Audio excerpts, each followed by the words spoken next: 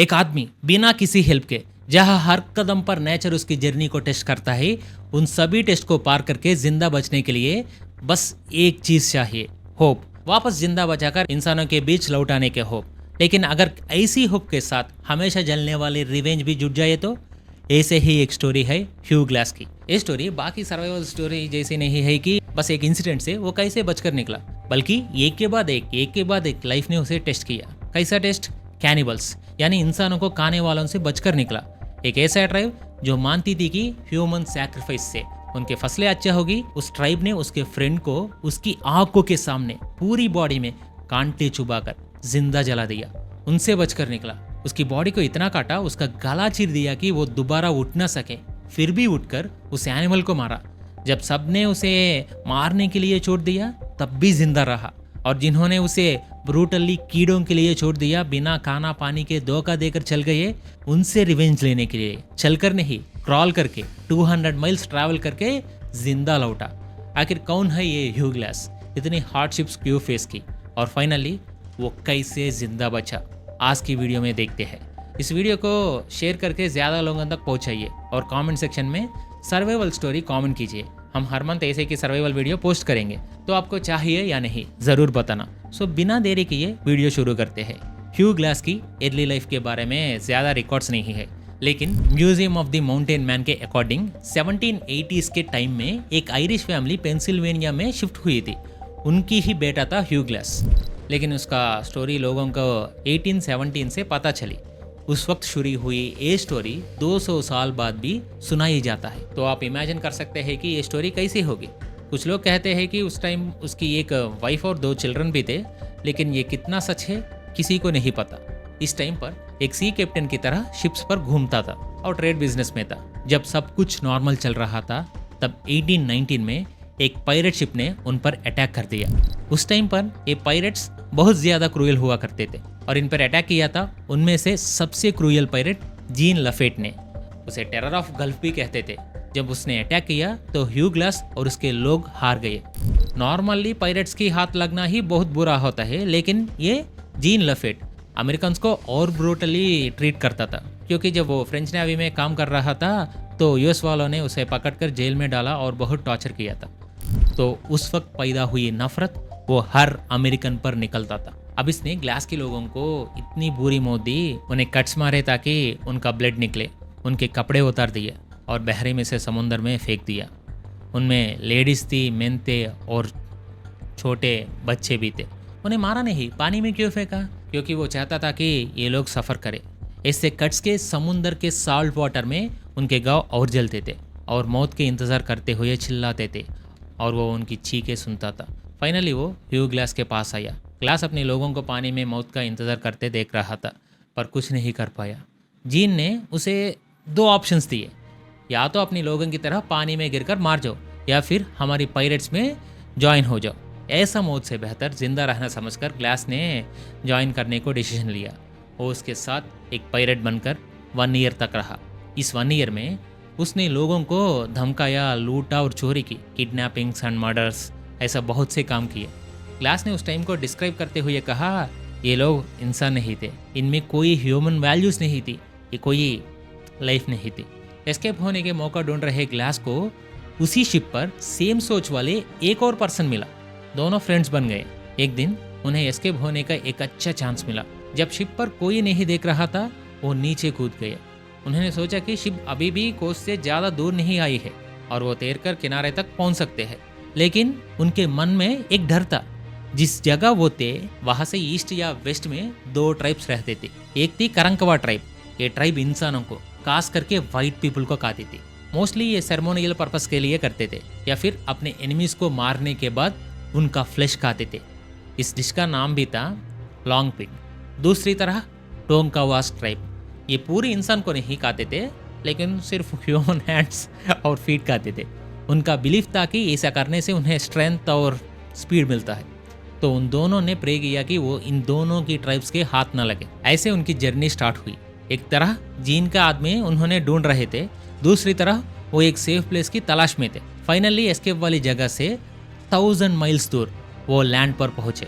यहाँ आते ही उनके एक ट्राइब ने पकड़ लिया, बट उनकी गुड लक या बैड लक ये टोंकवास या करंकवा ट्राइब नहीं थी, ये थी पानी, एक अलग ट्राइब। ये लोग इंसान नहीं खाते थे, लेकिन अपने कस्टम के अकॉर्डिंग अपने गॉड को ह्यूमन सैक्रिफाइस देते थे। यूजुअली वो अपने विलेजेस की लेडीज को सैक्रिफाइस करते थे, लेकिन अगर कोई बाहर वाला मिल जाए तो उसे बलि चढ़ा देते थे। उनका बिलीफ था कि इसे उस साल बारिश अच्छी होगी और क्रॉप्स भी।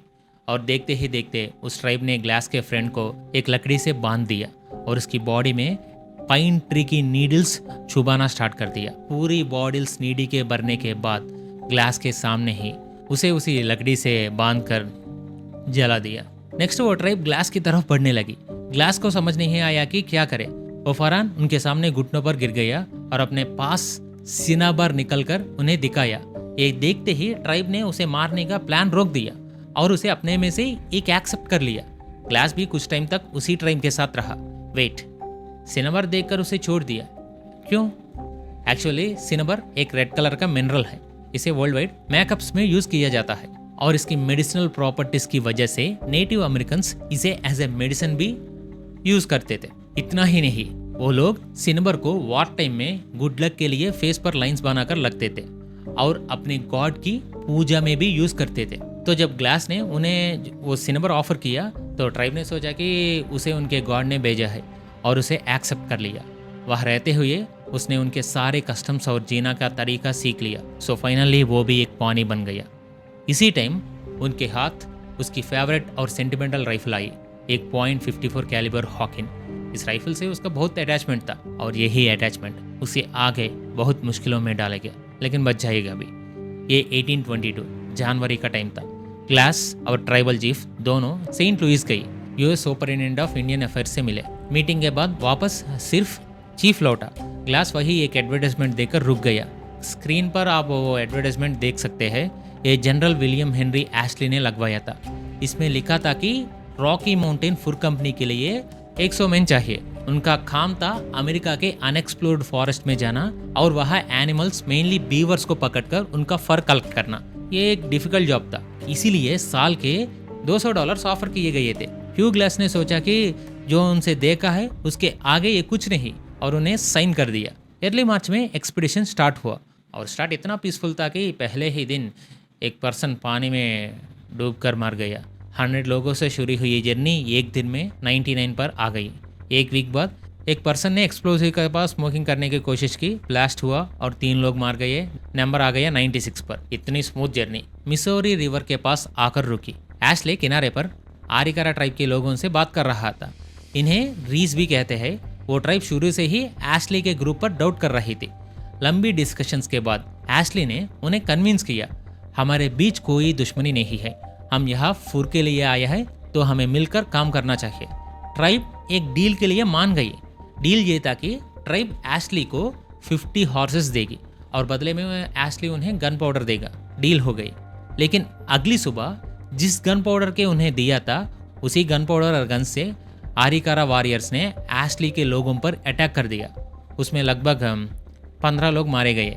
अपने फ्रेंड्स को बचाते हुए ह्यू ग्लास उन्हें बोट तक ले गया, लेकिन इस प्रोसेस में उसके लेग पर एक बुलेट लग गई। आखिर शांत बाइट लोगों ने अचानक अटैक क्यों किया? हुआ ये कि उन 96 लोगों में से आरोन स्टेफेंस नाम का एक आदमी डील के टाइम विलेज के अंदर गया और यहाँ के एक औरत के साथ जबरदस्ती करने की कोशिश की। ये इंसिडेंट देखकर उसी टीम के एक मेंबर ने कैंप में आकर बताया। उन्होंने बॉडी वापस मांगी, लेकिन ट्राइब ने कहा हमें बॉडी के टुकड़ा टुकड़ा कर दिए हैं, अब जोड़ना पॉसिबल नहीं। इसी बात पर झगड़ा शुरू हुआ था। यहाँ से बचकर ह्यू ग्लास और एशली की टीम ने एंड्रू हेनरी को मैसेज भेजने के लिए एक पर्सन को भेजा।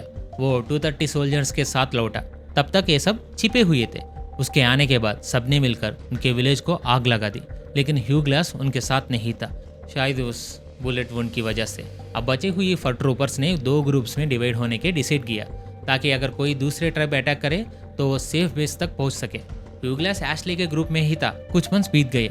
वो धीरे धीरे रिवर के किनारे अपनी जर्नी कंटिन्यू कर रहे थे, खाने के लिए शिकार करने। ह्यू अपने राइफल के साथ फॉरेस्ट में गया। आगे चलते हुए उसे 2 छोटे बिर्स कप्स दिखे। वो एक दूसरे के साथ खेल रहे थे।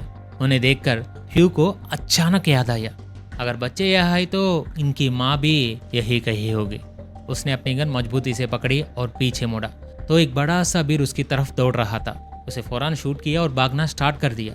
सामने एक ट्री पर चढ़ने की कोशिश कर रहा था, तभी बेर ने पीछे से आकर उसकी पकड़ लिया। जैसे एक कुत्ता अपने प्लास्टिक टॉय को पकड़कर इधर उधर झटकता है, ठीक वैसे ही उस बेर ने उसकी पीठ को चीर डाला। तभी वो नीचे गिरा और मरने की एक्टिंग करने लगे। जैसे ही बीर उसे छोड़कर जाने लगे, उसे धीरे से अपने नाइफ उठाने की कोशिश की। बीर ने देख लिया और वापस उस पर झपट पड़ा। इस बार ह्यू ने सामने से उस पर अटैक किया, लेकिन बीर ने उसके गले को चीर दिया। वो चिल्लाने की कोशिश कर रहा था, लेकिन आवाज़ नहीं निकल रही थी। लेकिन उस पहली चीख सुनकर उसका टीम मेंबर्स वहाँ पहुँच गई और उनके आने तक उसने उस बीर को मार दिया था। वो उसे कैंप में ले गया और जितना हो सका उसका ट्रीटमेंट किया। सबको लगा कि वो कुछ ही घंटों का मेहमान है, लेकिन अगली सुबह वो अभी भी जिंदा था। अब क्या करें? एशली ने कहा, इसे अपने साथ ले चलते हैं। उन्होंने एक स्ट्रेचर बनाया और उसे कैरी करने लगे, लेकिन उसकी वजह से उनकी स्पीड बहुत स्लो हो गई थी। रीस विलेज को जलाने की खबर सब तक पहुंच चुकी थी और बाकी रीस लोग उन्हें ढूंढ रहे थे। उन्होंने सोचा, अगर इतना स्लो चलेंगे तो पकड़ जाएंगे। कुछ लोग ने कहा, इसे यहाँ छोड़कर चलते हैं, लेकिन एशली ने कहा ऐसा करना गलत होगा और अनाउंस किया, जो भी 2 लोग इसके साथ रुकेंगे उन्हें एक्स्ट्रा $80 मिलेंगे। अगर ये मर जाए तो इसे दफना कराना। हमें कैंप फोर्ट हेनरी जाकर वहाँ से हॉर्सेस लेकर आएंगे। तब तक जिंदा रहा तो इसका ट्रीटमेंट करवाएंगे। एक था जॉन और दूसरा एक यंग लड़का, वो ब्रिगेडर। वो टीम उन्हें छोड़कर निकल गई। अब ये दोनों उसे कैरी करते हुए बस यही देख रहे थे, कब इसे दफना कर हम निकलेंगे, क्योंकि उसने ये काम पैसों के लिए किया था, क्लास को बचाने के लिए नहीं। 5 डेज तक उसे कैरी करने के बाद जॉन से और नहीं हो पाया। उसने यंग ब्रिगेडर से झूठ बोला, मैंने रीस लोगों का देखा है, वो हमें मार देगा। उसे डरा कर उसने कन्विंस किया, चलो इसे छोड़कर जाते हैं, तो हम अपनी जान रिस्क में क्यों डालें। जाकर बोल देंगे कि वो मर गया और हमने उसे दफना दिया। ब्रिगेडर भी मान गया। जाते वक्त जॉन अपने साथ सारा पानी और खाना ले गया और साथ में ह्यू ग्लास की सबसे प्यारी चीज़, उसकी हॉकिन राइफल भी ले गया। ग्लास ये सब देख रहा था, लेकिन कुछ कर नहीं सकता था। वो मदद के लिए चिल्ला भी नहीं सकता था। जब वो लोग नहीं लौटे तो ह्यू समझ गया कि उसे धोखा मिला है। अपने एक काम करते हाथ और पैर के सहारे उसने क्रॉल करना स्टार्ट किया। अपनी पीठ पर जहाँ से उसकी बोन्स दिख रही थी, उन वुंड्स की परवाह किया बिना वो आगे बढ़ता रहा। रास्ते में उसे आधा खाया हुआ मारा हुआ बफेलो मिला। उसे खाकर क्रॉल करते करते कुछ दिनों बाद उसने धीरे धीरे चलना स्टार्ट किया। इस टाइम उसके वुंड्स पर मैगोट्स यानी कीड़े पड़ने लगे, लेकिन उसने उन्हें साफ नहीं किया, क्योंकि मैगट्स सिर्फ डेड स्किन खाते हैं। तो उसने सोचा कि वो उसके वुंड्स को क्लीन कर देगी। उसने पास पड़े और मैगट्स को अपने ऊपर डाल दिया और जर्नी कंटिन्यू की। ऑलमोस्ट आधी जर्नी के बाद वो लकोटा ट्राइब से मिला। उन्होंने उसका ट्रीटमेंट किया। वहाँ से उसने अपनी जर्नी फिर से स्टार्ट की। बेर अटैक के लगभग 2 मंथ्स के बाद वो फोर्ट कियोवा पहुंचा, लेकिन वहाँ एशली का ग्रुप नहीं था, तो वो अगले फोर्ट की तरफ निकल गया। वहाँ उसे देखकर गॉड डर गया।